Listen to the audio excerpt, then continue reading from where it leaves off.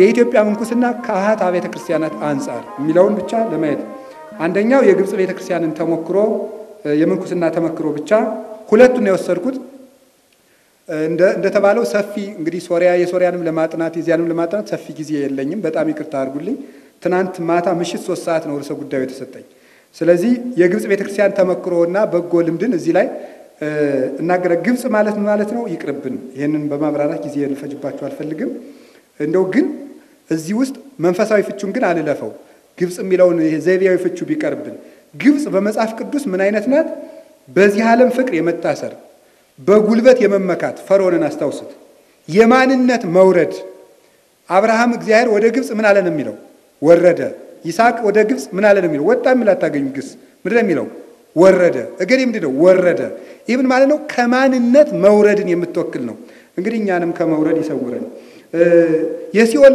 ምሳሌ ናት ሙሴ በበትሩ እስራኤልን ከግብጽ አወጣ ጌታ በመስቀሉ ነፍሳትን ከሲኦል አወጣ ብለን እንድንተረጉሙ የግብጽ ፒራሚዶች አይሁዳውያን ሰሯቸው ግን ጥቅም አላገኙባቸው የማይጠቀሙበትን ጡብ ይሰራሉ አሰሪዎች ግብጻውያን ናቸው ይሄን ሊቃውንት ብለው የተረጎሙት የግብጽ ፒራሚድ የኃጢያት ክምር ነው የማይጠቀሙበትን ፒራሚድ እስራኤላውያን እንደሰሩ የማይጠቅማቸውን የኃጢያት ክምር የሚሰሩ ሰዎች ምሳሌ ነው አሰሪዎች ግብጻውያን ደግሞ አጋንንት ናቸው ብለው ይተረጉማሉ ፈርዖን ዲያብሎስ ነው በበጎ ሲተረጉምላት ግብጽ የአዲስ ኪዳኑን ሲታይ ደግሞ በጎ ትሆናለች የጥበብ መገኛ ስትሆን ነገር ግን 40 ዓመት ሲሞላው ወንድሞቹን የእስራኤል ልጆች ይጎበኝ ዘንድ በልቡ አሰበ ማን ሙሴ የእግዚአብሔር የክብሩ ማረፊያና የድንግል ማርያም ርስት ናት እግዚአብሔር በፈጣን ደመና ተጭኖ ወደ ግብጽ ይወርዳል ተብሎ ትንቢተ ኢሳይያስ ምዕራፍ 19 ቁጥር 1 ላይ ግብጽ ዘላለማዊት መሰዊያው ናት የቆብ ምልክትና አምልኮተ እግዚአብሔር ጌታ እስከሚመጣ የማይቋረጥባት ናት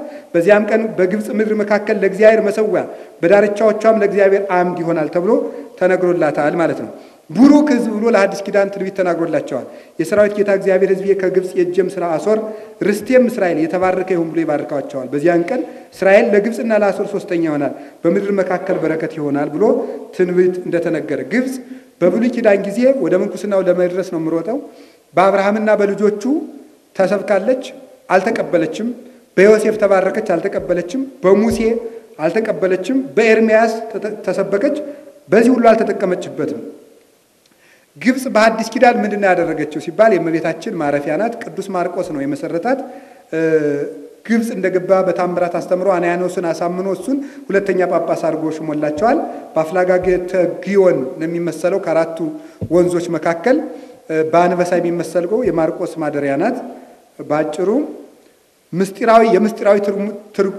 ትርጉም ትምህርት ቤት ማይከል ናት በዓለም ላይ ሁለት ትምህርት ቤቶች ነው ያሉት በፊት የነበሩት የአንጾኪያ ትምህርት ቤትና የእስክንድሪያ ትምህርት ቤት የአንጾኪያ ትምህርት ቤት ላይ የአንጾኪያ ትምህርት ቤት ሀተታን ወይም ደግሞ ጥሬ ትርጉምን ተከትሎ ስነ ምግባርንና ሞራልን መስበክ ላይ የሚያተኩር ነው የእስክንድሪያ ትምህርት ቤት ደግሞ ምስጢራት ላይ የሚያተኩር ነውና የምስጢራዊ ትምህርት ቤት መገኛ የሆነችና ፈላስፎችንና ነገስታትን ሳይቀር በትምህርተ ወንጌል መማረክ የቻለ ትምህርት ቤት የነበራት የምስጢር ወንዝ የሆነች ናት የሰማይታት ቤተክርስቲያን ናት ግብጽ እንደው እዚህ ላይ ነገር ልንገራችሁ ቡንየን ይሄ ሁሉ ያደረገው ግን ምንኩስናው ነው እየደረስኩ ነው የሰማይታት ቤተክርስቲያን ናት ዛሬም ጥንትም እና ዘመኗን የምትቆጥረው ከዘመነ ሰማይታት ጀምራ ነው ዛሬም የዘመን መለወጫን የምታከብር በዘመነ ሰማይታት ነው እና ምን ብለው ይናገራሉ ይሄን ሲጠየቁ የሚመልሱለት የሚሰሙት for martyrdom is the continuous participation in Jesus crucifixion ሰማይትነት የጌታችን የመድኃኒታችን የኢየሱስ ክርስቶስን መከራ የምንሳተፍበት ቋሚ የሆነ መንገድ ነው ይላል ሰማይትነትን ከልጅነት ጀምሮ በዘመን መለወጫ እየለወጠች አመቱን አዲስ ህይወት ነው ሰማይትነት እያለች ያስተማረች ልጆቿን ለሰማይትነት ሊዘጋጁ ታደርጋቸዋለች ሰማይትነት የዘላለማዊ ህይወት መግቢያ ነው ትላለች ይኸውላችሁ መስከረም ለኛ ምናችን ነው የአዲስ ዘመን መግቢያ ነው አይደለም እንዴ ሰማይትነትን ደግሞ የዘመን መለወጫ ማድርገው አለች ሰማይትነት የዘላለማዊ ህይወትና የአዲሱ ህይወት ምዕራፍ ስለሆነ ነው ትላለች መጥፊያ መክሰሪያ አይደለም ብላ ታስተምራቸዋለች እና ደግሞ ታለች ከዲያብሎስ ጋር የምናደርገው የመጨረሻ ውጊያና ድልነሽነት ነው ጌታችን መድኃኒታችን ኢየሱስ ክርስቶስ ታሞና በትንሳኤው የተገለበጠበትን ምስጢር የምናሳይበት የሞቱና የትንሣኤው ምልክት ነው ብላ ለልጆቿ ታስተምራቸዋለችና የሰማዕታት ቤተክርስቲያን ናት። እስክንድሪያ እንደምታውቋት መርሳት የለብንም።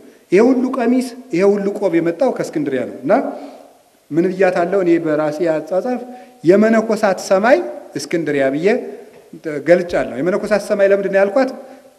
ቅድም እንደተነገረን ብፁዕ አባታችን እንዳስተማረው በመጽሐፍ እንደተቀመጠው እስመ መነኮሳት መላእክት ምድራውያን ወሰብ ሰማያውያን፣ መነኮሳት የምድር መላእክት የሰማይ ሰዎች ናቸው እንደተባለ እዚያ እስክንድሪያ ውስጥ በእውነት እስክንድሪያ ሰማይ ሆና እዚያ ውስጥ የነበሩት ግን መነኮሳት መላእክት ነበሩና ቅዱስ እንጦንስ፣ ቅዱስ መቃርስ፣ ቅዱስ ጳውሊ፣ ቅዱስ ጳኩሚስ በነገው ዕለት ምንኩስና ምንድነው የሚለው ላይ የምናየው ይሆናል። ይበቃናል። የሃይማኖታችን እናት ናት። ምን ማለታችን ነው? እዚህ እምነት እንዲቀጥል በእምነት እንድንወለድና ዛሬም እንድናድግ ያደረገችናል። ጉባኤ ኒቃን የመራችው እሷ ናት። ጉባኤ ቁስጥንጥንያን የመራችው እሷ ናት። ጉባኤ ኤፌሶንን የመራችው እሷ ናት። ከጉባኤ ኬልቄዶን እንዳንቀላቀልና በርቱ ሃይማኖት ጸንተ እንድንኖር ከጉባኤ ኬልቄዶን እንድንለይ ምልክቱ ነው የቆመው ቅዱስ ዲዮስቆሮስ ነው። አራቱም ላይ ምልክቱ ነው ምሰሶ ነው የቆሙት።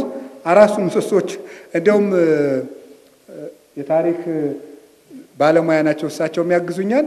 እነዚህን አራቱ ሊቃነ ጳጳሳት ምዕራባዊ ምንድነው የሚሏቸው? አራቱ ፈርዖኖች ነው የሚሏቸው ማለት ነው። አራቱ ፈርዖኖች ብለው ይጠሯቸዋልና እምቢ ብለው ስላልተሸነፉ ማለት ነው። ተራራ ያፈለሰችው እስክንድሪያ። ተራራ ያፈለሰችው ምንድነው? በአባ አብርሃም ጊዜ አፍልሳለች። እግዚአብሔር ይርዳን። በዚያ ጊዜ ተራራ አፍልሳለች። ማናት ያፈለሰችው? እስክንድሪያ። መቼ ነው? ህዳር 6 ቀን የሚነበበውን ስንክሳር እንድትመለከቱ ብቻ በመጋበዝ አልፈዋል። ተራራ አፍልሷል። በውዳሴ ማርያም ትርጓሜ የምትሰቡ ነው። 12ኛው ክፍለ ዘመን ላይም እንዲሁ የንጉሱን ልጅ በመፈወስ ቤተክርስቲያን ከጥፋት አንድ አባት ሰውሯል። የእስላማዊው ንጉስ ልጅ በመፈወስ ማለት ነው።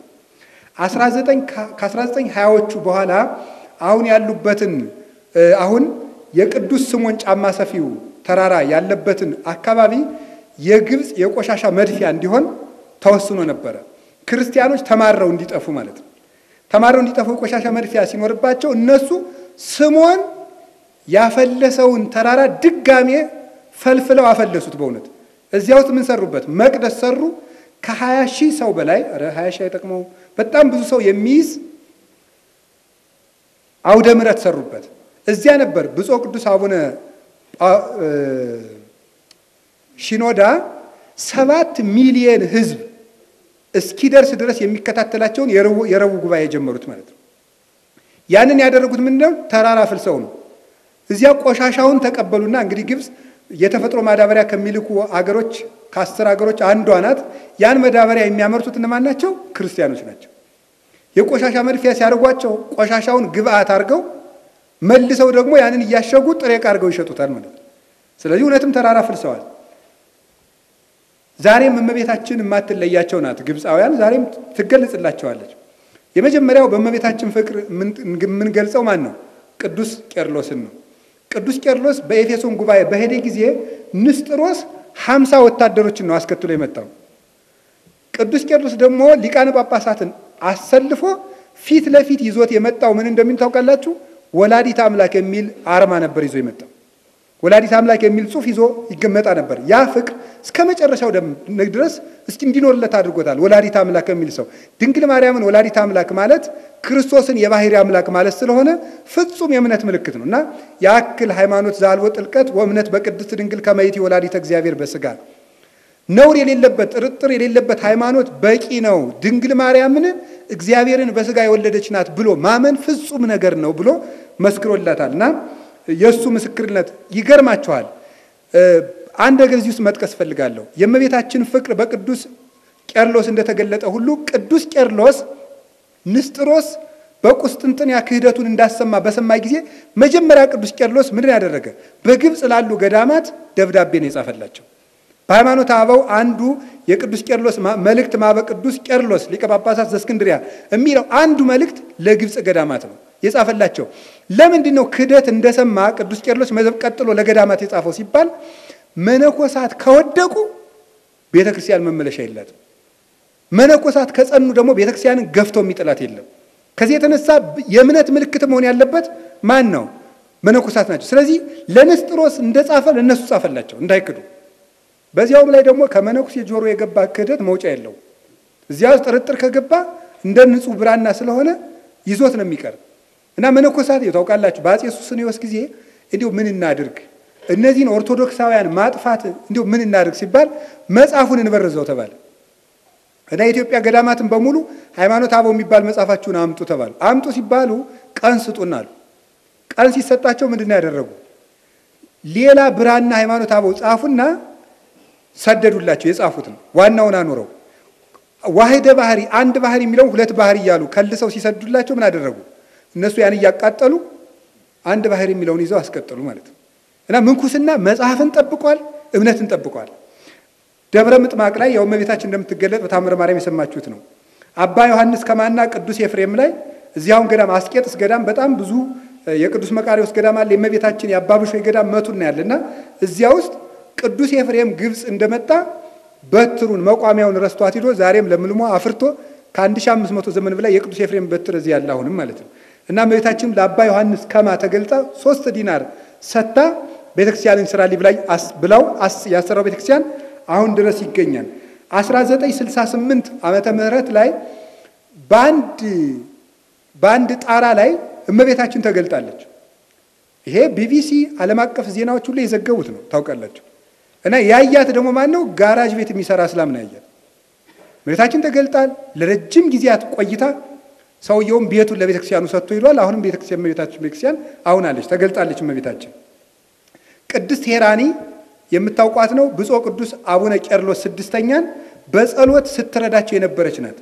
እሷን ምን ያደረገች? አሁን ያለውን የቅዱስ መርቆሪዎስን ቤተክርስቲያንና ገዳም የቆሻሻ መድፊያ ስለነበረ ቆሻሻውን አጥርተሽ ጠባቡን ቤተክርስቲያን አስፍተሽ ስሪ፣ ይሄንን ለፓትርያርኩ ንገሪው አለች።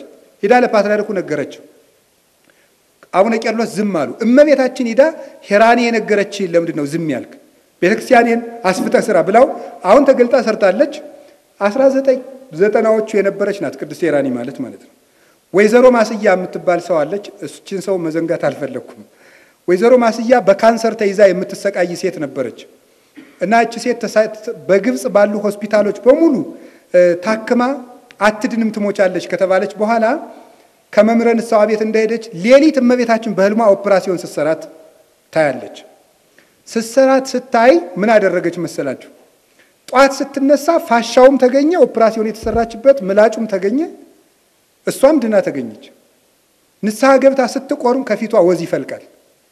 የሚያስቀድሰው ሰው ቅባት ተቀብቶ ነበር ይመስል ስትጠርገው ይፈልቃል። መጨረሻ ላይ ከእጇ መንጠባጠብ ጀመረ። ከእጇ እየተንጠባጠበ ቅዱስ ፓትርያርኩ ባለበት ጳጳሳት ባሉበት እየፈሰሰ ሰው ሁሉ ሲፈወስ ህዝቡ ሊያመልካት ነው፣ ቤተክርስቲያን ልትበጠብጥብን ነው አሉና አንቺ ሂጂና ጸሎት እንጸልይ ምህላን እንያዝና ጣትሽን ከመቤታችን ስዕል አስጠግተሽ እመቤቴ ሆይ ከኔ የሚፈሰው ስዕል ከኔ ደርቆ ካንቺ ስዕል ይፍሰስ ብለሽ ጸልይ አሏት። ከዚያች ፈሰሰ። እሷን ግን ቤተክርስቲያንን እንጂ ሰው ምልክት መሆን የለበትም፣ እሷን በውዳሴ ከንቱ ትጎዳለች ብለው ሰውረው አኖራት። አሁን የት እንደደረሰች አይታወቅም። እንዲሁ የኛ መነኮሳትስ ይሄን ብንለምድ ምን አለ ነው። አንድ ሰው አቦ ሲባል ታው ስንል ቅናት ነው እንባላለን፣ መከራ ነው እንደሆነቱ ማለት ነው። እና ስለዚህ ምንኩስና ምን አድርጓል? በግብጽ መድገሚ አይደለም ጉባኤ ኒቂያ፣ ጉባኤ ቁስጥንጥንያ፣ ጉባኤ ኤፌሶን የክርስትናን እውነት አስረግጠዋል። ፈላስፎች ሳይቀር በምንኩስና ተስበው እንዲመጡ አድርጓል። ነገስታትን ማርከዋል። እነ ቅዱስ አርሳኒዮስን ጭምር የማረከ አሁን አረጋዊ ኢትዮጵያ ውስጥ የመጡት አባት የንጉስ ልጅ ናቸው። 9 ቅዱሳን ሁሉ ከንጉሳዊ ቤተሰብ የመጡ ናቸውና ምንኩስና በነገስታት ልጆች እንኳን የሚፈለግ እንደሆነ ያሳየው የግብጽ ገዳማት ናቸው። ምዕመናንን ማስተማር፣ መቀደስ፣ የንጹህ ክህነት መገኛ መሆን፣ ሰርቶ መመገብ፣ ይሄ የግብጽ ቤተክርስቲያን ገዳማት ያበረከቱት ነው። አሁን ምን ያደርጋሉ ነው እሱን ሌላችሁ ገዳም ሲመሰርቱ ዛሬ አዲስ ገዳም መመስረት የሚችለው ሊቀ ጳጳስ ነው። ዛሬ ግብጽ ውስጥ አንድ ገዳም መሰረት የሚመሰረተው ጳጳሱ ነው። ለመጀመሪያ ጊዜ ገዳሙ ላይ የሚቀመጡት 70 መነኮሳት ብቻ ናቸው። ገዳሙን ለመመስረት ሊቀ ጳጳሱ ለ10 ዓመት ለ70 መነኮሳት ምግብ ዋስትና ማስቀመጥ አለበት። ያን ካልሰጠ ቅዱስ ሲኖዶስ ወይም ጠቅላይ ቤተ ክህነታቸው ገዳም ነው ብሎ አያጸድቅላቸው። መጀመሪያ መነኮሳቱ ተምረው መዋቀር አለባቸው። ለነሱ የ10 ዓመት ምግብ መኖር አለበት ነው። ይኸውኛ መከራችን ልመና እንዲያንላለን ዘወር ብሎ እንደ ጎጆ እንደ ግል ጎጆ ገዳም መመስረት ደሞ ሩጦ ምእመናን እየለመኑ ማሰቃየት ይሄ በጣም ትክክል አይደለም። ያሉት እንደው ይጠንክሩ። ገዳም ግን ሲመሰረት የታስቦበት ነው። ከዚያ በኋላ የመነኮሳት መኖሪያ አጸድ ሁሉ ገንብቶ ሲጨርስ ነው የሚጸድቁለት። አዲስ መናኝ ሲቀበሉ ምን ያደርጋሉ ዛሬ ነው? መጀመሪያ በገዳማት በክርስትና ተኮትኩቶ እንዲያድግ ያደርጉታል። ምእመናን ህፃናቱ እንዲያድጉ ነው የሚያደርጓቸው። በገዳም እንዲያድጉ ያደርጓቸዋል። የረፍት ጊዜያቸውን ህፃናት ገዳም እንዲያሳልፉ ያደርጋሉ። እዚያ ውስጥ ይመዘግቧቸዋል። መዝገብ አላቸው ገዳማቱ። አድጎ መነኩሴ ሊሆን ብሎ ሲመጣ የቀድሞ ጠባዩ ተመዝግቦ ነው የሚጠብቀው። አንድ ይሄን ያደርጋሉ። ሁለተኛ በገዳማት ስለሚያድጉ መጀመሪያ ንስሐ አባቱ እንዲፈቅድ ያደርጋሉ። ለማንን ነው ገዳም ልገባ ነው ሲመጣ ንስሐ አባትን ደብዳቤ አምጣ ይባላል። አንድ ሶስተኛ ንስሐ አባቱን ፈቃድ ካመጣ በኋላ ለ9 ወራት እየተመላለሰ ምንድነው የሚባለው? ይሄ ናትራይ ወይም ካሜንድሲ የሚባለው ደረጃ ነው ይባላል። መተህይ ማለት ነው። መተህይ ይሉታል። 9 ወራትን በገዳሙ እንዴት እንደሚኖሩ 3 ቀን እያደረ እየተመለሰ ሳምንት እያደረ እየተመለሰ ገዳሙ ለ9 ወራት ደጅ ይጸናል። በ9 ወራት ምልልሱ ደጅ ጽናቱ ጥሩ ከተመሰከረለትና ካለፈ ላመክሮ ይቀበሉታል። ላመክሮ ተቀብለው ምንድነው የሚያደርጉት ሲባል አመክሯቸው 3 ዓመት ነው። 3 ዓመቱን ከገዳሙ ህብረት ውስጥ አይገባም። የአንድነቱ አባል አይደለም። በውጭ እየታዘዘ ብቻ 3 ዓመት ይቆያል። እንደ እንግዳ በውጭ እየታዘዘ ሲታዘም ምንድነው የሚያደርጉት? ልክ እንደ ምንድነው እንደ ቋንቋውን እግዚአብሔር ይቅር ይበለኝ ሰላይን በለው። እሺ 3 ሰላዮች ይመደቡበታል። መነኮሳት ናቸው። ከገዳሙ አባቶች በድብቅ የሚከታተሉት ናቸው። እንደሚሰልሉት አያውቅም። ጠባዩን ይከታተላሉ፣ ይታዘዛል። እነሱ የየቀን ውሎውን ይመዘግባሉ። 3 ዓመት ሲሞላው እነዚያ 3 የሚከታተሉት አባቶች ለገዳሙ ማህበር ሪፖርት ያቀርባሉ። ይሄ ሰው 3 ዓመት ሙሉ ጠባዩ እንዲነበረ እንደዚህ ነው ይባላል። እሺ ደግሞ ፓትርያርኩ አጣርተው ይጻፉልን ይባላል። ፓትርያርኩ ደግሞ ከቤተሰብና ከሀገሩ እንዴት እንዳደገ ደግሞ በወረዳ ቤተ ክህነት በዚህ አጣርተው ደግሞ አጽፈው ይጽፉለታል።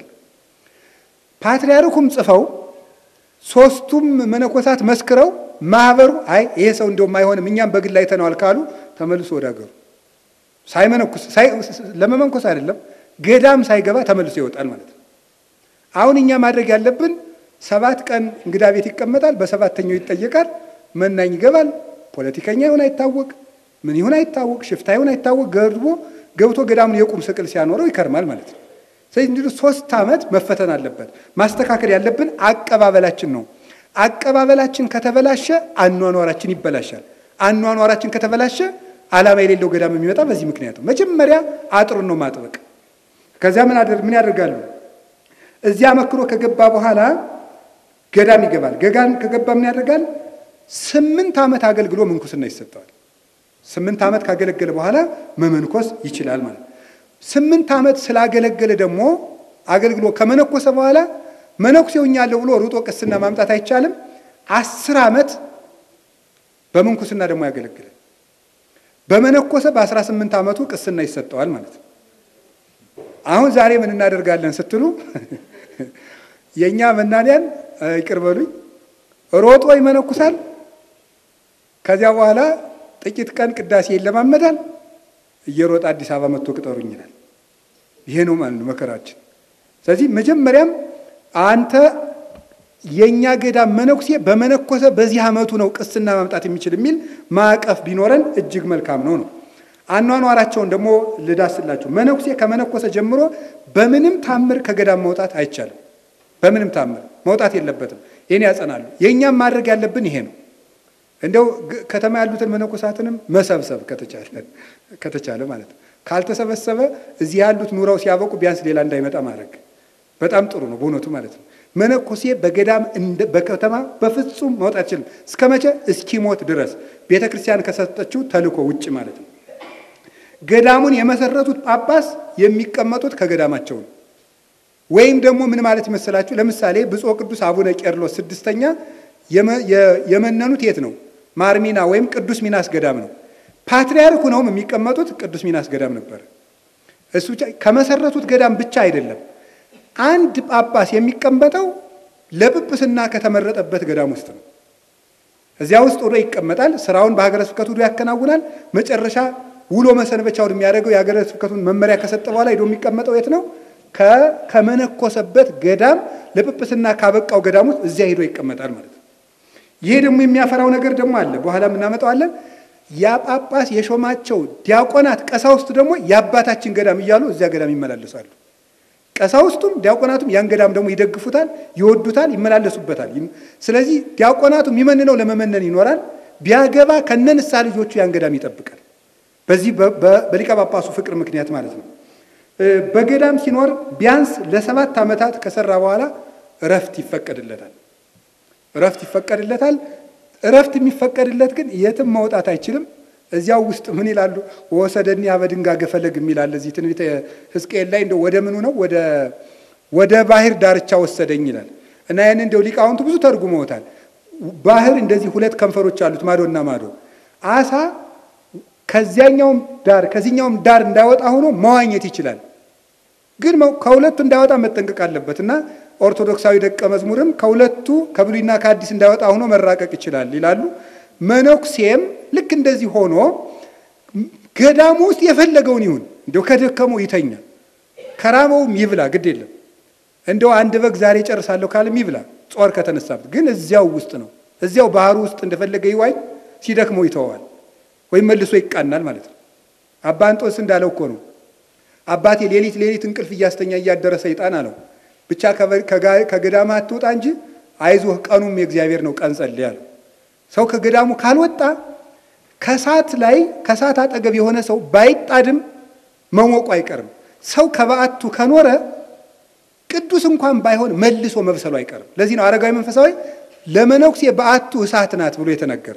እሳት ብርሃንም አለው፣ ያቃጥላል። ግን እሳቱ ያቃጥላል፣ ይሰለቻል፣ በዓትም ይሰለቻል። ግን ብርሃን አለው፣ ብርሃን የሚያይበት ነው። ስለዚህ ከዚህ የተነሳ እንዳይወጣ ያደርጉታል። በ7 ዓመቱ ያርፋል። ግቢው ውስጥ ለስላሳ ገዝቶ መጠጣት ይችላል፣ መኪና መንዳት ይችላል። ግን እዚያው ገዳሙ ውስጥ ነው እና 7 ዓመቱ ላይ እረፍት ይፈቀዳል። አንዳንድ ጊዜ እንዲያርፍ መጽሐፍ እንዲያነብ እንደው ቢፈቀድለት አርዲቱም ጥሩ ነው እኮ። እንደ ያዕቆብ ልጅ እንደ ዲና እኮ እንደው አፋፉሌው እያለ ሲወጣ እኮ ነው ከተማ ገብቶ የሚቀር። ውስጥ ላይ እረፍት ስለማይፈቀድለት እኮ ነው ወጣ እያለ ችግር የሚገጥመው። እና ውስጥ ላይ እንዲያርፍ መፍቀድ አለብን። እና እዚያ ያርፋል። ምድር እንኳን 7 ዓመት ሰርታ ትረፍ ይሌለ እዚያ ውስጥ ያርፍና እረፍት ይሄን ያህል ነው አይባልም። ባለቃ የሚሰራ መነኩሴ የለም፣ በህሊናው የሚሰራ መነኩሴ የለም። ራሱ በቃ ብሎ ወዲያው ይመለሳል ወደ ስራው ማለት ነው። ከአንዱ ገዳም ወደ አንዱ ገዳም መሄድ አይፈቀድም። የትም ቢሆን በአላህ ክብር ነው፣ እንደዚህ ላደርግ ነው። አሁን የኛ መነኩሴ ግሸን ልሳለም ነው፣ ምድረ ከብድ ልሳለም ነው እያለ አገር ለአገር መዞር። ያለበት ገዳም ውስጥ አቡነ ተክለ ሃይማኖት አሉ፣ ሙላዋል። ጻድቁ ገብረ መንፈስ ቅዱስም አሉ። መዞር ምንድን ነው? እስመ መነኮስ ዘያንሶሱ ሀገር ለሀገር ሳያጤን ስጋው ለክርስቶስ ውእቱ። ሀገር ለሀገር የሚዞር መነኩሴ የክርስቶስን ስጋ ሽጦ የሚበላ ነው የተባለ። ስለዚህ አንዱ የትኛውም ገዳም አይሄድም። አገልጋይ አንሶናል ከተባለ ለቅዱስ ሲኖዶስ ተጽፎ ቅዱስ ሲኖዶስ ለዚያ ገዳም ጽፎ እናንተ 5 መነኮሳት እዚያኛው ገዳም ሂዱ ተብሎ ይላካል እንጂ መዞር ፈጽሞ አይቻልም። ግብጽ ካይሮ ውስጥ መነኩሴ ቢመጣ ክርስቲያኑ በሙሉ እንዲተፋበት አስተምሯቸዋል እና ይተፉበታል። እኔ ትዝ ይለኛል በ2008 እዚህ 4 ኪሎ አካባቢ አንድ ሰው እየተፍቶብኝ እንደው አሁን ታሪኩን ሳነብ ግብጾችን አንቦ ይሆን አልኩኝ። እናንተ አገር አጥፊዎች አለ። እንግዲህ እኔ አያውቀኝም፣ እንደውም ለዚያውም አዲስ አበባ ገና መምጣቴ ነው። እና እንደዚህ አድርገዋል። የቀን ውሏቸውን ትንሽ ለማካፈል ልሞክር። የአንድ መነኩሴ የቀን ውሎ ግብጽ ውስጥ ምንድን ነው ስትሉን ከሌሊት የፊደት ግድፈት አለበት። ከሌሊቱ የሚለውን ከሌላቸው ብሎታል። ከሌሊቱ 10 ሰዓት ቤተ ክርስቲያን ሁሉም የገዳሙ ማህበር ይሰበሰባል። አባቶችና እናቶች እንድታዩልኝ የሚፈልገው ነው። እኛ ሀገር ውስጥ የፈለገ መነኩሴ ቤተ ክርስቲያን ይገባል፣ የፈለገ አይገባም። ቤተ ክርስቲያንን ከስርዓተ አበው ውስጥ ማካተት ይገባል። ምንኩስና እግዚአብሔርን ለማምለክ ከዓለም መለየት ነው እንጂ እያመካኙ ከበዓት መተኛት አይደለም። ስለዚህ ቤተ ክርስቲያን የማይገባ መነኩሴ የቤተ ክርስቲያን ጠላት ነው፣ መናኝ። ስለዚህ ቤተ ክርስቲያን መግባትን ከስርዓተ አበው ውስጥ ማካተት አለበት። ያለ ቤተ ክርስቲያን መብቃት አይቻልም። ከአካል ተለይቶ ህይወት የሚኖረው ህዋስ ስለሌለ፣ ቤተ ክርስቲያን ደግሞ የክርስቶስ አካል ስለሆነ ከቤቱ ተመልሶ 41 ይሰግዳል፣ 12 መዝሙረ ዳዊትን ያደርሳል። ከዚያ በኋላ ወደ ስራው ይሄዳል። 7ቱን የጸሎት ጊዜያት ይጠብቃሉ። ማታ በሰርክ ሁሉም ቤተ ክርስቲያን ይሰበሰባል። ጸሎተ ዕጣንና የሰርክ ጸሎት ይደረሳል። ይቅርታ ተባብሎ ወደ ቤቱ ይመለሳል። ሁሉም ሰው ሰርክ ላይ ቤተክርስቲያን ይገኛል። ይቅርታ ጠይቀው ወደ ቤታቸው ይገባል። ሳይታረቅ የሚያድር መነኩሴ ግብጽ ውስጥ የለም። የኛ መነኮሳት ለምንድነው ግብጽ ሲሄዱ የሚበቁ ስትሉ በትህርምት የኢትዮጵያ ገዳማትን መናኝ የሚመስል የለም። እንዲያውም እኔ ሳስበው እንዲያው አዲስ አበባ የሚኖረው መነኩሴ ግብጽ ውስጥ ገዳም የሚኖረውን ሳይበልጠው አይቀርም እላለሁ። በጣም ተጋዳይ ነው የኢትዮጵያ መነኩሴ። ግን ችግሩ ምንድነው? ይቅርታ የለውም። በጣም ቂመኛና ትዕቢተኞች ነን። ቂም እያለ እንዴት አድርጎ ምንኩስና ሊያበቃን ይችላል? ይቅርታን ከዚያ ሲማር የኛ መነኩሴ ሄዶ ይበቃል ባንዴ ማለት ነው። እና እነሱም ክብር ነው የሚሰጡት። አሁን ያለው ገዳማዊ ህይወት ለግብጽ ቤተክርስቲያን ምን አስተዋጽኦ አድርጓል? እንደው አሁን ያለው ነው። አንደኛ መጽሐፍ ቅዱሳዊ ትምህርት ነው። መጽሐፍ ቅዱሳዊ ትምህርት እንዲስፋፋ የጀመረው ይሄ ነው። ቤተክርስቲያናችን በእግሯ ለማቆም እንግዲህ ብዙ መከራ ደርሶበታል። ከ614 ጀምሮ እስካሁን ድረስ ባለው በእስላማዊ መንግስት ተጽዕኖ ስር ነው ያለችው። ስለዚህ ከዚህ የተነሳ መሃል ላይ ደግሞ በቅኝ ግዛቱ ዘመን ደግሞ 20ኛው ክፍለ ዘመን ላይ ፈረንሳይና እንግሊዝ እየተፈራረቁ ቅኝ ግዛት ገዝተዋል። ፕሮቴስታንቲዝም በዚያ ተጽዕኖ አሳድሯል። ካቶሊክም ለረጅም ዘመን ተጽዕኖ አሳድረባታለች ከኬልቄዶን ጉባኤ ጀምሮ። በዚህ ሁሉ ከኖሩ በኋላ እንዲያው ጵጵስናው ከጉቦ አልፎ በጨረታ እስኪሰጥ ድረስ አድርሰውት ነበር በእውነት። ታዲያ ከዚህ ውድቀታችን እንድንነሳ ምን እናድርግ ብለው ሲመክሩ ገዳማችንን እንታደግ፣ መጽሐፍ ቅዱሳዊ ትምህርት ገዳማት የመጽሐፍ ቅዱሳዊ ትምህርት መሰልጠኛ ይሁኑ ብለው ተናገሩ።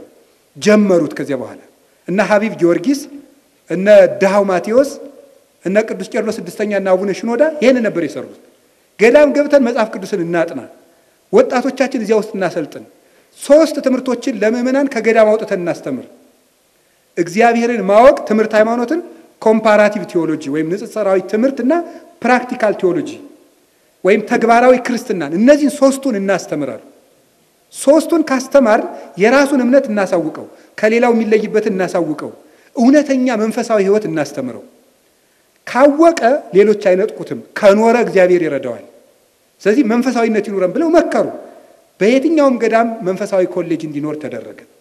አሁን እንጦንስ ገዳም ውስጥ አለ፣ ቅዱስ መቃሪዎስ ገዳም አለ፣ አስቄጥስ አሁን ኮሌጅ አለ። እንዲያውም ትልቅ ደግሞ እየተጎበኘ ነው። ቁስቋም ገዳም ውስጥ ቴዎሎጂ ትምህርት ቤት አለ። ስለዚህ ገዳማትን የመጽሐፍ ቅዱሳዊ ትምህርት ቤት በማድረግ በዚህ ምክንያት የቤተ ክርስቲያን ህልውና እንዲጠበቅ አድርገዋል። እኛም መውሰድ ያለብን ይሄ ነው። ሁለተኛ የሥርዓት ወጥነት እንዲኖር አድርገዋል። አሁን ይሁ እንግዲህ አዲስ አበባ እንደው ያላችሁ አባቶች ትኖራላችሁ፣ የአድባራት አስተዳዳሪዎች እንዳትቀየሙኝ አደራችሁን፣ ለመንካት አይደለም። እኛ ሀገር ቤተ ክርስቲያን ምንድነው የምናደርገው? ደስ ያለው ሰው ቀይ መጋረጃ ይገርዳል። እንደው ብር ያገኘው ደግሞ የ5 ሚሊዮን መጋረጃ ይገርዳል። እንደዚህ ግን ትክክል ነው? አንዱ ሲያብረቀርቅ፣ አንዱ ሲያንጸባርቅ፣ አንዱ ሲያንጫጫ እንደው ምንድነው ምን ሆነው ነው? ግብጽ ውስጥ ግን መጋረጃ አመት እስከ አመት 3 መጋረጃዎች ነው ያሉት። ለሕማማት ጥቁር፣ ለትንሳኤ ነጭ፣ ዘወትር ቀይ። በቃ የትኛውም ቤተክርስቲያን ብትሄዱ አንድ አይነት መጋረጃ። አሜሪካ ያለ የግብጽ ቤተክርስቲያን ውስጥ ብትሄዱ እንደዚህ ነው። የሥርዓት ወጥነት አላቸው። ለቤተክርስቲያኒቱ እንዲኖራት አውቀዋል። ቄሱ የሚለብሰው፣ መነኩሴው የሚለብሰው፣ ጳጳሱ የሚለብሱት የታወቀ ነው ተለይቶ። አሁን እኛ ቄሱ አስተዳዳሪም ይሄንን ፈረጅዬ ይለብሳል። ሊቀ ጳጳሱ የሚለብሱት ያኑ ነው። ድንበር የለንም ማለት ነው። ቄሱ የሚያደርገው መስቀል፣ ጳጳሱ የሚያደርገው መስቀል፣ መነኩሴው የሚያደርገው ይለያል። ወጥነት አላቸው። ስዕል አሳሳላቸው ወጥነት አለው። እኛ አንዴ ጠየም፣ አንዴ ቀላ፣ አንዴ እንደው ቅልም ያለ ስናረግ በግብጽ ቤተክርስቲያን ለምሳሌ የስዕል ዶግማ ልንገራቸው። ግብጽ ውስጥ ስዕል ሲሳል ራሱ ትልቅ፣ አይኑ ጎላ ጎላ ያለ፣ ጆሮው ተለቅ ያለ፣ አፉ ጠበብ ያለ ነው ማንኛውም ቅዱስ ሲሳል። ይሄ በቅዱስ ሲኖዶስ ላይ ተወሰነ። ራሱ ትልቅ ነው ማለት ቅዱሳን ብዙ የሚያስቡ ናቸው ነው። 2 ጆሮ ማለት ብዙ የሚያዳምጡ ናቸው፣ ለእግዚአብሔር የተከፈተ ጆሮ አላቸው ነው። አይናቸው ጎላ ጎላ የሚለው እግዚአብሔርን የሚያዩና አስተዋዮች ናቸው ነው። አፋቸው ጠባ መሆኑ ግን ብዙ አይናገሩም። ይሄ የስዕል ቀኖና አላቸው። ይሄ ወጥ ነው። ቤተክርስቲያን አሰራራቸውም እንደዚሁ ነው። አንዱ ወደዚህ ጠመም፣ አንዱ ቀላ አያረግም። አንድ አይነት ነው። በአንድ ካቴድራል ውስጥ የሚኖሩ 24 ቀሳውስት ናቸው። ከፍተኛው ትልቁ ካቴድራል ከዚያ ቁጥር ብር አለኝ ሀብት አለኝ ብሎ አንድ ካቴድራል ተጨማሪ መቅጠር አይችልም። ቀኖና አለው። ትንሹ ቤተክርስቲያን ጠበብ ያለው ቤተክርስቲያን ስንት ቄስ ይቀጥራል? ትልቁ ስንት ቄስ ይቀጥራል? አንድ ገዳም ስንት መናኝ ይኖረዋል? በቀኖና የታጠረ አላቸው። ካለባበስ እስከ ሁለንተና ማለት ነው። ስለዚህ የስርዓት ወጥነትን ያመጡት ገዳማውያን ናቸው ማለት ነው። ቤተሰብ ላይ በጣም ስራ ሰርታለች፣ ባለትዳሮችን ማለት ነው። ይሄም ምን በማድረግ ነው ያፈራችው? ህፃናትን ከ3 ዓመት እስከ 6 ዓመት ላሉት ትምህርት አለ። ከ6 እስከ 12 ላሉት ትምህርት አለ። ከ12 እስከ 18 ላሉት ትምህርት አለ። ከ18 እስከ 26 ላሉት ትምህርት አለ። ከ26 እስከ 40 ከ40 እስከ 50 ትምህርት አለ። በዚህ ትምህርት አማካይነት አንጸው ያሳድጓቸዋል። ሲጋቡ ምን ያደርጋሉ ምትሉኝ? ከተጋቡ በኋላ እንዳይፋቱ በፓርላማ አጸድቀዋል። ክርስቲያኖች ሲመጡ እንዳታፋቱብን ብለው ማለት። ግብጽ ውስጥ መፋታት በህግ ያስቀጣል። ማን? ክርስቲያኑ። ይሄን ያደረጉትን ማን ናቸው? ገዳማውን መክረው ናቸው። አሁን የኛ ቤተክርስቲያን እንደዚህ እንዳታረግ የሆነው ምንድነው? እኛው ስላልሰራን። ብንጠነክር ልጆቻችን ቢጠነክሩ ይሄ ይመጣል። መፋታት ክልክል ነው የሚለውን በእስላማዊ ፓርላማ እንዲጸድቅ አድርገዋል። ለምን? አቅም ስላላቸው ማለት። ይሄን አድርገዋል። አይፋቱም። ፈጽሞ መፋታት አይቻልም። ከዛ ምን አድርጋለች? ዲያስፖራ ላይ የሰራችው ስራ አለ። የዲያስፖራ ኮሚኒቲውን በደንብ ነው የምትይዘው። የኛን ሀገር ዲያስፖራ ተመልክቱ። እንደፈለገ ሲከፋው ጳጳሱን አልቀበልም ይላል። ሲከፋው ደስ ሲለው የራሱን ቤተክርስቲያን ይከፍታል። ከአንዱ ቤተክርስቲያን ሲያኮርፍ የራሱን ቦርድ ይከፍታል። እዚህ ውስጥ ምን አድርገዋል ግን? አንድ ምእመን ከግብጽ ቤተክርስቲያን ደብዳቤ ካልያዘ የትም ሀገር ቢሄድ፣ ፈረንሳይ ቢሄድ፣ አሜሪካ ቢሄድ ንስሐ አባት መያዝ አይችልም። እዚህ ወረቀት ይዞ ካልሄደ። ይህን በደንብ ስራ ሰርተውበታል። መንፈሳዊ ፍርድ ቤታቸውን አጠንክረውታል። መንፈሳዊ ፍርድ ቤቱ ስለጠነከረ ክርስቲያን ቢጣላ ሂዶ ከፖሊስ አይካሰስም። እዛው መንፈሳዊ ፍርድ ቤት ይካሰሳል፣ እዚያው ይጨርሳሉ። ክርስቲያኖች በዳኛ ተካሰው አያውቁም። ያውን ያደረጉት ነው። የቤተክርስቲያንን ሕልውና ጠብቀዋል። ከበላተኛ አፍ ምግብ ወጣ እንዲባል በልማት ጠንክረው ቤተክርስቲያናችን ጠብቀዋል። መንግስት ያንን ያከበራቸው ለምን ይመስላችኋል? አቅም ስላላቸው። እስኪ ከልማት ያንዱን ገዳም ብቻ ተሞክሮ ልንገራችሁ። የቅድስት ቁስቋምን ገዳም ላይ ግብጽ ውስጥ ነው ያለው። 172 መነኮሳት አሉበት። 15 ጳጳሳት ያገለግሉበታል። የዜማ የቅብጥ ወይም ኮፕቲክ ላንጉጅ የቴዎሎጂ ትምህርት ቤት አለው እዚያ ውስጥ ማለት። ትምህርት ቤቱን እኔም ለማየት ሞክሬያለሁ ይችላል። ምን ሀብት አላቸው? ቁስቋም ገዳም ብቻ ነው። የእንጨት ፋብሪካ አለው፣ የቴምር ፋብሪካ፣ የወይን ፋብሪካ፣ የእብነበረድ ፋብሪካ፣ ሳሙና ፋብሪካ፣ ብረታ ብረት ፋብሪካ፣ ወተትና እርጎ ማቀነባበሪያ ፋብሪካ፣ የማንጎ መጭመቂያ ፋብሪካ።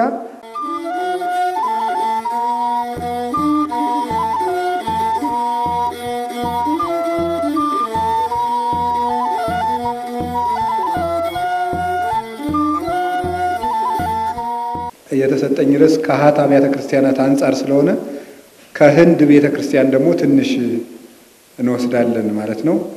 የህንድ ቤተክርስቲያን፣ የኤርትራ ቤተክርስቲያን ያው እንደኛው ነው። የሶሪያና የአርመን መከራ ውስጥ ያሉ ክርስቲያኖችና ገዳማት ናቸው። በመከራ ተሰቃይተው ነው የጠፉት። አንድ ነገር ብቻ ለማለት ግን በተለይ የሶሪያ ቤተክርስቲያንን እንዲዳከም ያደረገው በሁለት ወገን መከፋፈላቸውና የቅዱስ ኤፍሬም ወገን ነኝና የገሌ ወገን ነኝ ብለው መከፋፈላቸው ገዳማቱንም አዳከመ፣ ቅዱስ ሲኖዶስን አዳከመ። በሌላ በኩል ደግሞ የውስጥ መዳከም ለአክራሪዎች አሳልፎ በመስጠቱ ተዳክመዋል። የአርመን ቤተክርስቲያንም ከአዘርባይጃንና ከሌሎቹ በሚመጣባቸው ተጽዕኖ ብዙ መከራ እየከፈሉ ያሉ ወገኖቻችን ናቸው። አቅም ያላት ቤተክርስቲያን አሁን የህንድ ቤተክርስቲያን ነው። የሷን ተሞክሮ መርጫለሁ ማለት ነው። የህንድ ቤተክርስቲያን ቅዱስ ቶማስ ነው የመሰረታት። እንደምታውቁት በ52 ዓመተ ምህረት ከኢየሩሳሌም ተነስቶ ደሴቶቹን እየዞረ እያስተማረ ህንድ ደርሶ መስበክ ጀምሯል። ንጉሱን ሰብኮ ከንጉሱ ምጽዋት በመቀበል 7 አብያተ ክርስቲያናትን አሳንጾ ለዚያም ራእይ በመግለጥ እግዚአብሔር የሱን ሥራ በራእይ በማስረዳትና ንጉሱን ልቡን በማሳመን ንጉሱንም መልሶ አጥምቆታል። ከዚያ በኋላ ብርሃማን የሚባሉ ወገኖች በ72 ዓመተ ምህረት ቅዱስ ቶማስን ስለተቃወሙት ቆዳውን ገፈው እንደ ስልቻ አውጥተው አሸዋ አሸክመው አሰቃይተው እጁን ቆርጠው በሰማዕትነት ሩጫውን ፈጽሟል ማለት ነውና የህንድ ቤተክርስቲያን መሰረቷ ጌታችን ኢየሱስ ክርስቶስ ያቀናት ደግሞ ቅዱስ ቶማስ ነው ማለት ነው። በየትኛውም የቤተክርስቲያኒቱ አርማ ላይ የቅዱስ ቶማስን አርማ ወይም ስም ጠቅሳ ትገኛለች ማለት ነው። ከዚህ በኋላ በሁለተኛው ክፍለ ዘመን መገባደጃ ግብፃዊ ምሁር ፓንዴኖስ የስቶይክስንና ፍልስፍና ጠንቅቆ ያውቅ ነበር። በቅዱስ ዱሜጥሮስ በእስክንድርያው ሊቀ ጳጳስ ተልኮ የህንድ ቦታዎችን መልሶ አስተምሮ ቤተክርስቲያኒቱን ጽናት ሰጥቷታል። አንድ ነጋዴ ከህንድ የቅዱስ ቶማስን አጽም ሰርቆ ወደ ሶሪያ ወስዶት ነበረ። እንግዲህ ይችን ነገር እንዳንረሳ፣ ከዚች ነው እንግዲህ የህንድ ቤተክርስቲያን መከራ አንዱ የሚመጣው ከዚህ ነው የሚነሳው። የቅዱስ ቶማስን አጽም ሰርቆ ወደ ሶሪያ ይወስደዋል። ከዚህ በኋላ በ345 ዓመተ ምህረት በክርስቲያኖች መካከል በተነሳው ስደትና መከራ ምክንያት 400 ያክል ሶሪያውያን ወደ ህንድ ተሰደው ይሄዳሉ። እነዚህ ናቸው እንግዲህ ዘመናትን በሙሉ ሲፈትኗት የሚኖሩ። በ823 በፋርስ ከምትገኘው ደግሞ የያዕቆባዊት የሶሪያ ቤተክርስቲያን 2 ጳጳሳት በጣም ብዙ ቁጥር ያላቸው ምዕመናን ተሰደው ወደ ሶሪያ ወደ ህንድ ገብተዋል። አሁንም በእስልምና መስፋፋት ግፍ የበዛባቸው የሶሪያ ቤተክርስቲያናት ምዕመናን እነሱም ተሰደው ደግሞ አሁንም ወደ ህንድ ይገባሉ። እነዚህ መከራ ሲያጸኑባቸው ያዕቆባውያንን ሶሪያውያንን እያሉ ቤተክርስቲያኒቱን ለመክፈል በዘር ብዙ ስቃይ ሲያስከፍሏቸው የኖሩ እነሱ ናቸው። ቫስኮ ደጋማ የተባለ ፖርቹጋላዊ አሳሽ ነው። እሱ ወደ ህንድ ከሄደ በኋላ ከዚያን ጊዜ ጀምሮ እስከ 18ኛው ክፍለ ዘመን ድረስ ከካቶሊክ በጣም ብዙ ፈተና ሲደርስባት ቆይታለች ማለት ነው። ሚስዮናውያን መጡ። በፖርቱጋሎች ቅኝ ግዛት ስር ወድቀው ሲማቅቁ ኖረዋል። ልክ እኛ ከ400 ያህል ዘመናትን ሚስዮናውያን ፈተና ሲያደርሱብን እንደነበረው በ1836 ደግሞ ፕሮቴስታንቶች መጥተው እንግሊዞች በቅኝ ግዛት ህንድን ስለያዟት 1836 የህንድን ቤተክርስቲያን ከሁለት ከፍለዋታል ማለት ነው። ከሁለት ተከፈለች። 1912 ዓመተ ምህረት ያዕቆባውያን ከሁለት ከፍለው እኛ ያዕቆባውያን ወይም የሲሪያን ኦርቶዶክስ ቸርች ብለው የሶሪያ ኦርቶዶክስ ያዕቆባዊት ቤተክርስቲያን የሚባል ብለው ተገንጥለው ህዝቡንም ከፈሉ፣ ሲኖዶሱንም ከፈሏቸው። ይሄ ሁሉ የሚያደርገው ዘር ነው። ኢትዮጵያውያን ግን ይሄ አይገልጠንም በእውነቱ ማለት ነው። በዚህ ፍጅት 50 ዓመታትን ካሳለፉ በኋላ 1958 ዓመተ ምህረት ነው የህንድ ቤተክርስቲያን እንግዲህ ራሷን ችላ የቆመችው ማለት ነው። 1958 ማለት 42 ዓመት ሲደመር እንደው በእነሱ አቆጣጠር ነው። በእርግጥ በእኛ ስንት ነው የሚመጣው? 1950 ማለት ነው። 50 ሲደመር 17 60 ዓመቷ ነው እንግዲህ እቺ ቤተክርስቲያን እንደው ካገገመች ማለት ነው። ከእስልምናውም ተጽዕኖ ከያዕቆባውም ተጽዕኖ የተካፈለም ተካፍሏት፣ በኋላ ደግሞ ተሐድሶዎች መጥተው ደግሞ ተካፈሏት። ምን አድርገው ነው የመጡበት? የራሳቸው ስልት ነበረ። መጀመሪያ በግልጽ ይሰብካሉ ክርስቶስን በማጣጣል ህዝቡ ተቃውሞ ሲያደርስባቸው ደግሞ አሁንም መንቀፍ ጀመሩ። በውጭ ነው መንቀፉም መስበኩም አላዋጣ ሲል መስሎ መግባትን ተጠቀሙ። ቤቱን ያለቀቀ ቤቱ ውስጥ የካደ ፕሮቴስታንት ግን ኦርቶዶክሳዊ ልብስ የለበሰ ኦርቶዶክስ የሚመስል ሰው ከኦርቶዶክስ ውስጥ እንዲቀመጥ አደረጉ። ስልጠና እየሰጠው እየተማረ ስም እየያዘ ልብሱን እየለበሰ እዚያው እንዲቀመጥ አደረጉ። ተሐድሶ መሆናቸውን የማያውቁ ፕሮቴስታንቶችን ነው ያወጡት። 1836 በፍርድ ቤት ተካፈሏት። እንዴት አድርገው ነው የተካፈሏት? የህንድ ኦርቶዶክስ ተዋሕዶ ቤተክርስቲያን ሀብቷን ልታካፍለን ይገባል ብለው ከሰሱ። እንዴት አድርገን የምታካፍላችሁ ተብሎ ሲጠየቅ አብዛኛው የህንድ ኦርቶዶክስ ምዕመን የኛ እምነት ተከታይ ነው አሉ። ውስጥ ለው ሲያስክዱት ከኖሩ በኋላ ይጠየቅ ሲባል አብዛኛው ለካ ክዶ ጨርሷል። በስም ብቻ ነው የተቀመጠ። ስለዚህ ይገባናል ብለው ህንጻዎቻቸውን ሌላውን ሁሉ ነገር ተካፈሏቸው። እንግዲህ 1.3 ቢሊየን ህዝብ ነው የህንድ ህዝብ ማለት ነው። 1.3 ቢሊየን ህዝብ ነው ብዛቱ። የኛ 120 ሚሊየን ነው። እንግዲህ ስንት ማለት ነው? ወደ 1/10ኛ ነን እኛ እንደዚህ አካባቢ ነን ማለት ነው። 1.3 ቢሊየን ህዝብ አለ። ከዚያ የህንድ ኦርቶዶክስ አሁን ያለችው ማላንካራ ኦርቶዶክስ 2.5% ብቻ ናት እዚያ ያለው አባላት ማለት ነው። ለምን? ያኛው ሲያዳክማት ይሄም ሲላት መከራዋን ቀረች።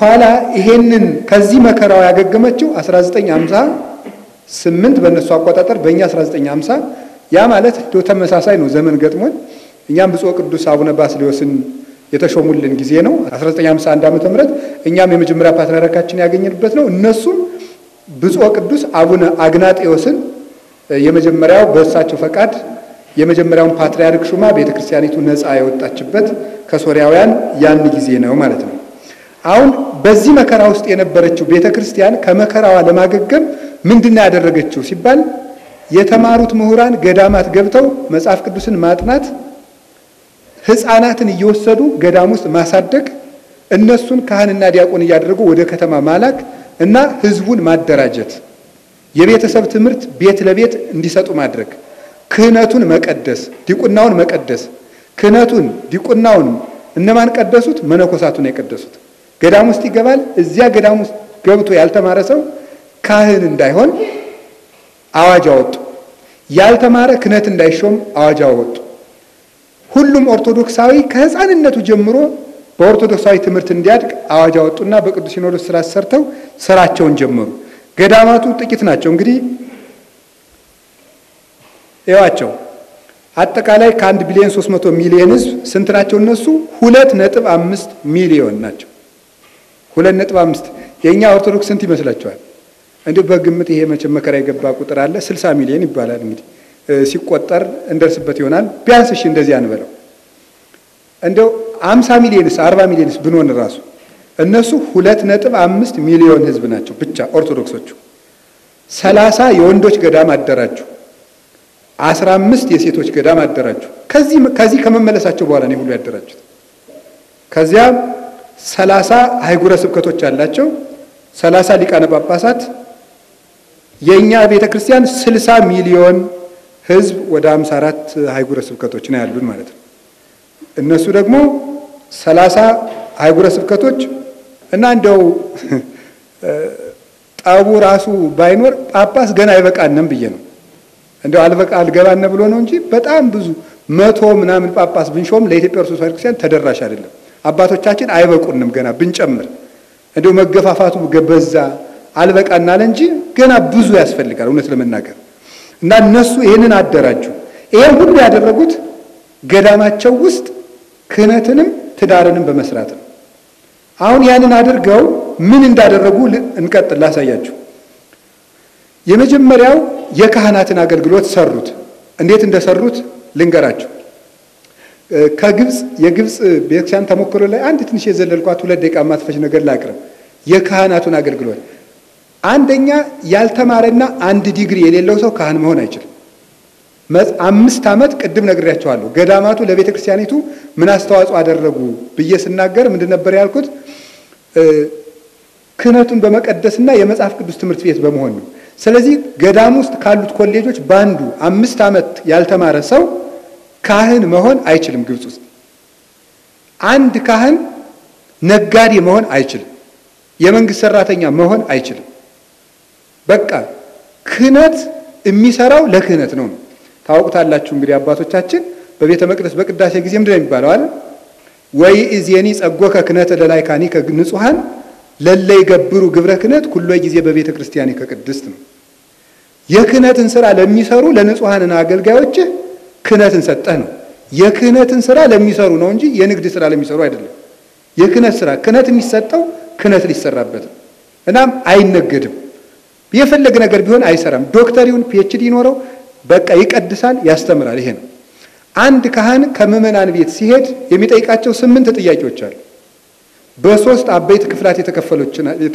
የተከፈሉ ናቸው ፊዚካል ሄልዝ ሜንታል ሄልዝ እና ስፒሪቹዋል ሄልዝ ይባላሉ ሶስቱን መሰረት አድርገው 8 ጥያቄዎች ይካተታሉ ፊዚካል ሄልዝ ማለት አካላዊ ጤንነታችሁ ደህና ነው ወይ ሀብት አላችሁ ወይ ብሎ ይጠይቃቸዋል ሀብት አላችሁ ወይ በልታችሁ ታድራላችሁ ወይ ስራ አላችሁ ወይ ብሎ ይጠይቃል ሜንታል ሄልዝ መጽሐፍ ቅዱስ ትማራላችሁ ወይ የቤተክርስቲያን ትምህርት ትማራላችሁ ወይ መጽሐፍትን ታነባላችሁ ወይ ብሎ ይጠይቃቸዋል ስፒሪቹዋል ሄልዝ ይጠይቃቸዋል ትቆርባላችሁ ወይ ትጸልያላችሁ ወይ ቤተክርስቲያን ትሄዳላችሁ ወይ ከጎረቤት ጋር በፍቅር ትኖራላችሁ ወይ አስራት በኩራት ታወጣላችሁ ወይ?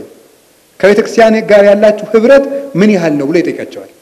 አንድ ካህን ቢበዛ ከአንድ ምእመን ቤት ከ30 ደቂቃ በላይ መቀመጥ የለበትም። እነዚህን ጠይቆ ረጅም ትምህርት መስጠት ካለበት ብቻ ነው የሚቀመጥ። ለምን እያወራ እነሱንም ማወዘን የለበትም። እሱም ብዙ ከተናገረ ኃጢአት ሊገኝበት ይችላል።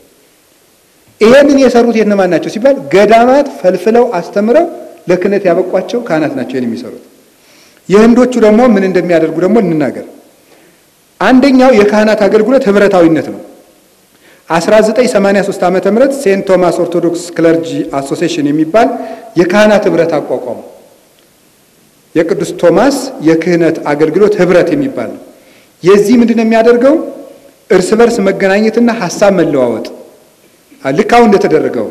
እኔ ብፁዕ አባታችን አቡነ አብርሃምን ሳልናገር ማለፍ የማልፈልገው በዚህ ሁሉ ጊዜ እንደው እንደ ተማሪነታችንም ከጉባኤ ቤት መምህራን ጋር ስንገናኝ የምንገበገብበትን ስራ ስለሰሩ ይሄ ታሪክ ሲሆን እግዚአብሔር ከፈቀደ ቆይተው ኑረው እንዲያዩት ደግሞ እንደወደደ ነው። እድሜ እሱ ነው። አልፈው እንኳን ቢሆን በነፍስ ያዩታል ብዬ አስባለሁ። ሊቃውንትን ሰብስበው በማደራጀትና በማወያየት የቅዱስ አባታችንን ፈቃድ ነው። መነኮሳት እንዲደራጁ በማድረግ ይሄ የገዳማት ህብረት እንዲጸድቅ በቅዱስ ሲኖዶስ በማድረግ አሁን ይሄ ነው እርግጠኛ ነኝ ቤተክርስቲያን የሚያሻግራት ይሄ ነው። ይሄ ንግግሬ ከ30 ዓመት በኋላ ቢፈተሽ ይገኛል። እነሱም የጀመሩ ከዚህ ጀምሮ ነው። ቤተክርስቲያን የወረደችባቸው ሁለቱ ሰንሰለቶች እነዚህ ናቸው። ይሄንን ነው የሰሩት። እርስ በርስ መገናኘትና ሐሳብ መለዋወጥ እንደሰሞኑ ለቅዱስ ሲኖዶስ ግብዓት የሚሆኑ ተመካክሮ ማቅረብ ሐሳቦችን የራሳቸውን ደህንነት መመካከርና መጠበቅ ኃጢአት አለበት እገሌ ምን ሆኗል እርስ በርሳቸው ካህናት አንትሙ ተናጸሩ በበይናቲክሙ አይደል ያለ ቅዱስ አትናቴዎስ በቅዳሴው ካህናት እርስ በርሳችሁ ተያዩ ነው። ይታያሉ። ያንደሩ በአመት ያንደር ደመወዛቸውን ካህናት በመዋጣት በየትኛውም ከፍተኛ ችግር ቢገጥመው ማንኛውም ካህን በነፃ እንዲታከም ያደርጋሉ። የበላይ ጠባቂው ቅዱስ ፓትርያርኩ ሲሆኑ ከዓላማዎቹ አንዱ በሁሉም መስክ እንደሚገባ እንዲያገለግሉ በአመት 3 ጊዜ ታኅሳስ፣ ጥርና ሚያዝያ ተገናኝቶ ማቀድ፣ መገምገም፣ መተግበር በግንቦት በዓለ ጰራቅሊጦስ ከመድረሱ በፊት በቤተክርስቲያን ሁለንተናዊ ጉዳይ ይመክርና ለቅዱስ ሲኖዶስ ያቀርባል። ኖላዊነት ካህናት ለመጠበቅ የሚያደርጉት ነው። አንድ ካህን ቢያንስ 1 ዲግሪና በመጽሐፍ ቅዱስ ትምህርት የተመረቀ መሆን አለበት።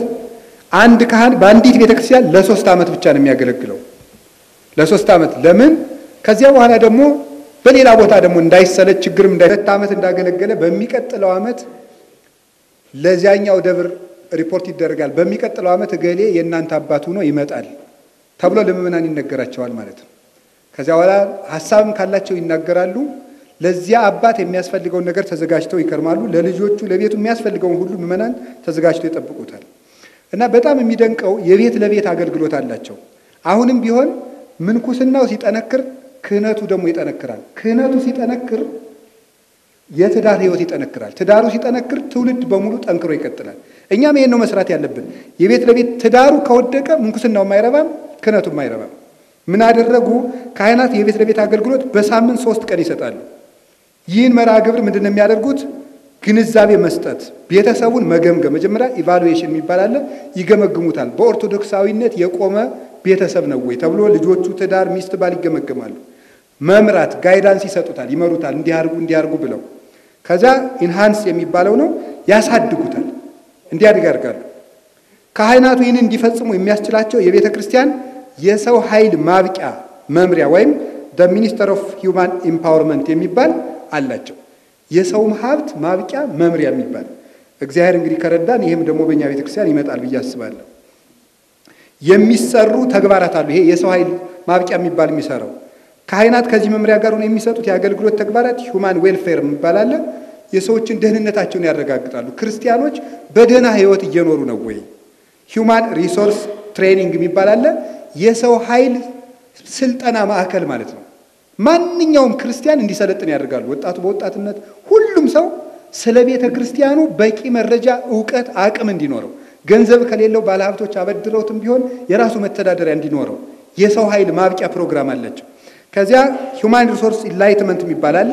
አብርሆት ውስጥ ማስገባት፣ ዘመኑን ማስረዳት፣ የሰዓት አጠቃቀም፣ የጊዜ አጠቃቀም ኢሞሽናል ኢንተለጀንስ የሚባል አይምሮን ስሜትን መግራት ራስን መግዛት እንዲህ ያለውን ሁሉ ዘመኑን የዋጀነ ትምህርት ያስተምሯቸዋል።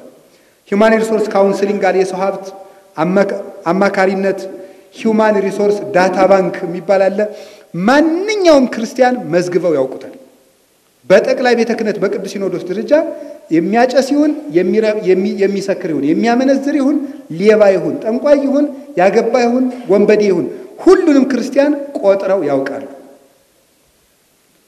በዚህ የሚፈጸሙ የኖላዊነት ፕሮጀክቶች እነዚህ ናቸው። 3 ፕሮጀክቶች ይሰራሉ። ፕሮጀክት ኦፍ ፋሚሊ ዌልፌር የቤተሰብ አስተዳደር ደህንነት ይሰራል። አንቲ አዲክሽን ይሄ ምንድነው? ከሱስ ማገገሚያ ማዕከል ገንብተው በሱስ የተያዙ ወጣቶችን በሙሉ ሰብስበው ማገገሚያ ውስጥ አስገብተው እንዲድኑ ያደርጓቸዋል።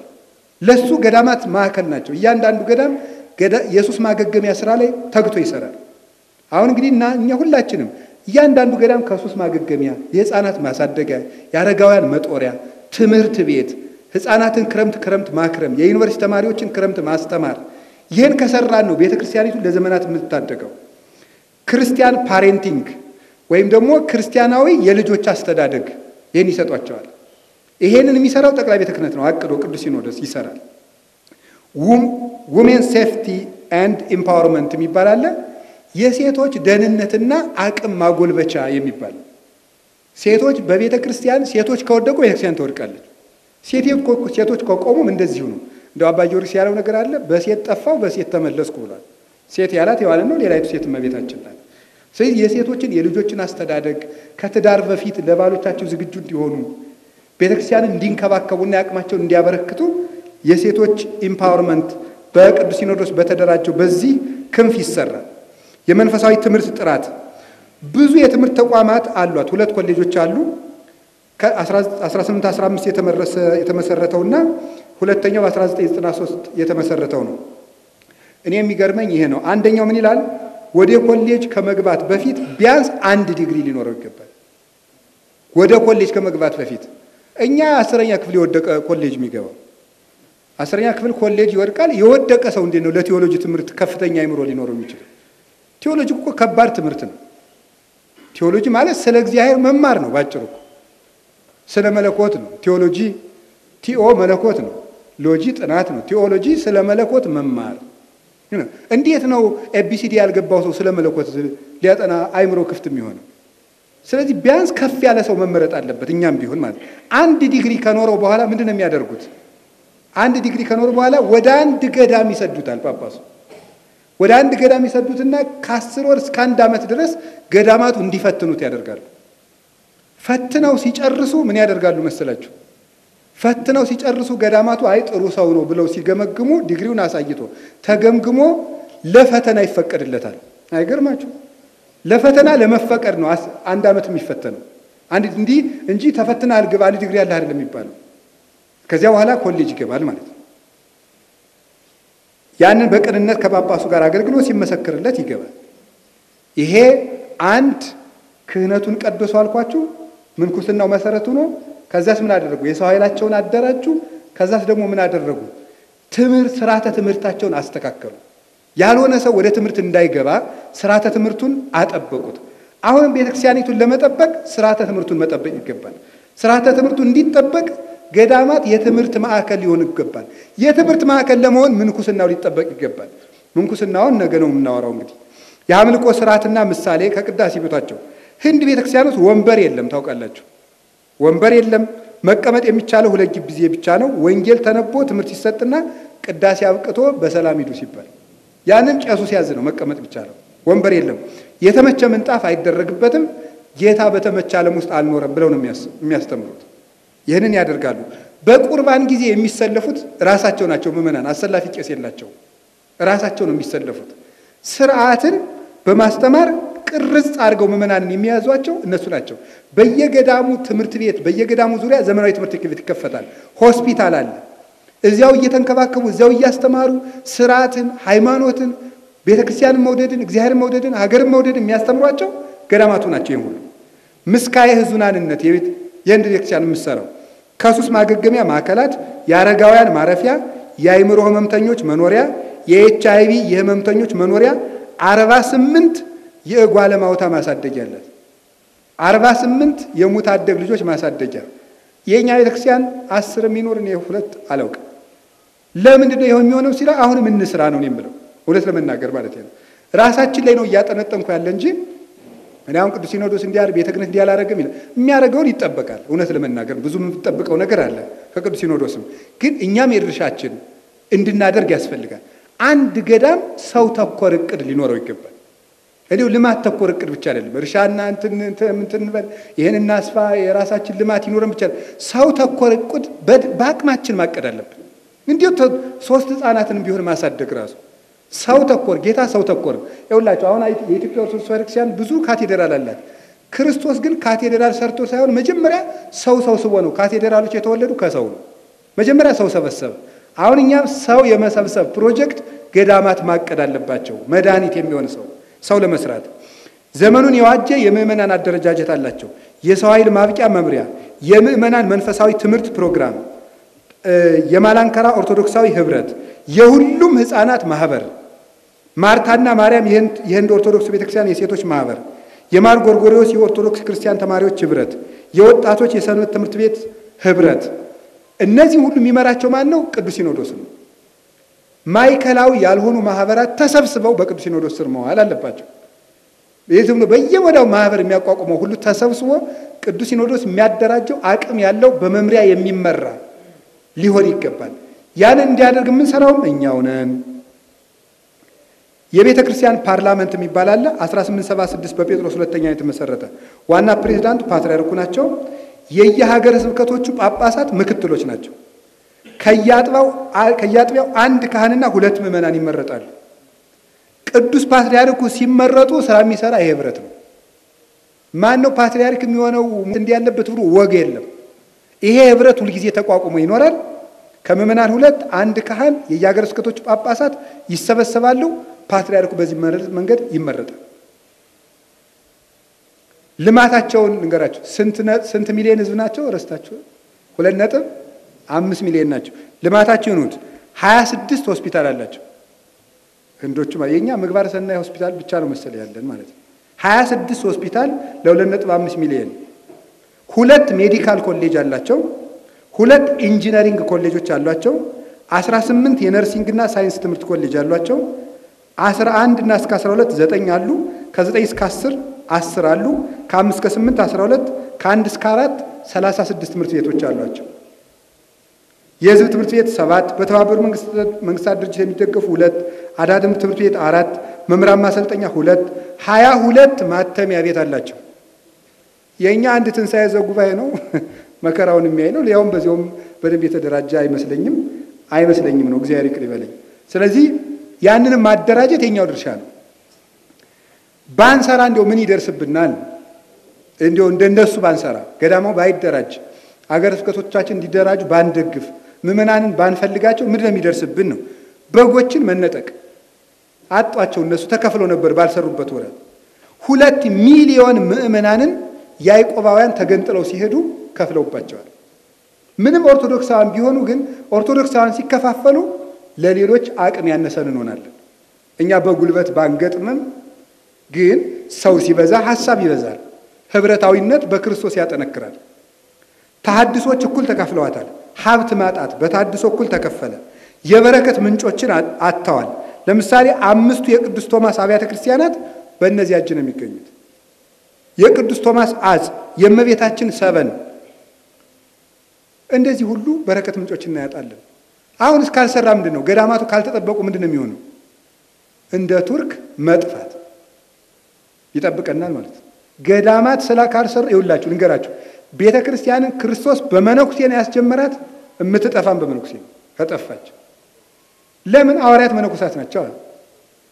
በመነኮሳት ትከሻ ነው የጀመራት። የቀጠለችም በመነኮሳት ነው። የቤተ ክርስቲያን ጠቅላላ ሊቃውንት ሁሉ መነኮሳት ናቸው። ጠቅላላ ማን ጥቀሱ? አንድ ጥቀሱ። በቃ ከቤተ ክርስቲያን ሊቃውንት የቤተ ክርስቲያን ጠበቃ ሆነው መነኮሳት መናፍቃን የረቱት ሁሉ መነኮሳት ናቸው። የሚያጠፋትም መነኩሴ ነው። ወይ እንደ ቱርክ እንጠፋለንና አንጠፋም። እኛ የኢትዮጵያ እንጠፋለን። ቱርክ ጠፍታለች። እንዲያው ንገረች ጌታ ያረገበት ቦታ የእስላም መስጊድ መሆኑን አታውቁም? ያረገበት ቦታ የርገቱ ቤተ ክርስቲያን እኮ መስጊድ ነው። እንጂ ታዲያ እኛ ምንድነው ማንጠፋ? እኛ ጌታ ካረገበት ቦታ በልጠን ነው እንጠፋለን። የህንድ ቤተክርስቲያን ገዳማት መጀመሪያ ቀርጸው ለቤተክርስቲያኒቱ ያስረከቧት 3 መርሆች አሉ። ምንድናቸው? መማር፣ ማምለክና ምንድናቸው? ማገልገል ማለት ናቸው። መማር ማንኛውም ሰው የገዳማት መነኩሴ እግዚአብሔር ከረዳን ነገ በዛው ብቻ እናየዋለን። ትምህርት ሊኖር ይገባል። ማንኛውም መነኩሴ መማር አለበት። ከዛ እግዚአብሔር ማምለክ የሚባለው መቁረብ፣ መስገድ፣ መጸለይ፣ ማስቀደስ ይሄን ያለው ነው። ማንኛውም ምዕመን 3 መርሆች ነው ያሉት። መማር፣ ማምለክ፣ ማገልገል። ማገልገል ምንድነው? ህዝቡን በጤና ያገለግሉታል፣ በትምህርት ያገለግሉታል፣ በመጦር ያገለግሉታል፣ ሕፃናትን በማሳደግ ያገለግሉታል፣ ከታመመ ይንከባከቡታል። ማገልገል፣ ማምለክ፣ መማር። ስንማር እናመልካለን። እግዚአብሔርን የምናመልክ ከሆነ ደግሞ ሰውን ለማገልገል ቅኖች እንሆናለን። 3ቱ መርሆች እኛም ጋር መኖር አለባቸው ብዬ አስባለሁ። ጨረስኩኝ። ይህን ጥቅስ ብቻ አንብቤ ጨርሳለሁ። ሰነፍን በሙቀጫ ውስጥ ከእህል ጋር በዘነዘና ብትወቅተው ስንፍናው ከሱ አይርቅም። የበጎችህን መልክ አስተውለህ እወቅ፣ በከብቶችህም ላይ ልብህን አኑር። ባለጠግነት ለዘላለም አይኖርምና ዘውድም ለትውልድ ሁሉ አይጸናምና። መጽሐፈ ምሳሌ ምዕራፍ 27 ቁጥር 22 እስከ 24። እንግዲህ አባቶችና እናቶች የድርሻችን ተጠቅመን ካልሰራን መከራ ሲወቅጠን ያን ጊዜ ይገባናል። የጠፋለት ቢገባን ደግሞ ትርጉም የለውምና ነቅተን እንድንሰራ ራሳችን ጠብቀን ቤተክርስቲያናችን እንድንጠብቅ እግዚአብሔር ይርዳን እላለሁ። የብፁዕነቱ ቡራኪ አይለየን። ወስብሐት ለእግዚአብሔር።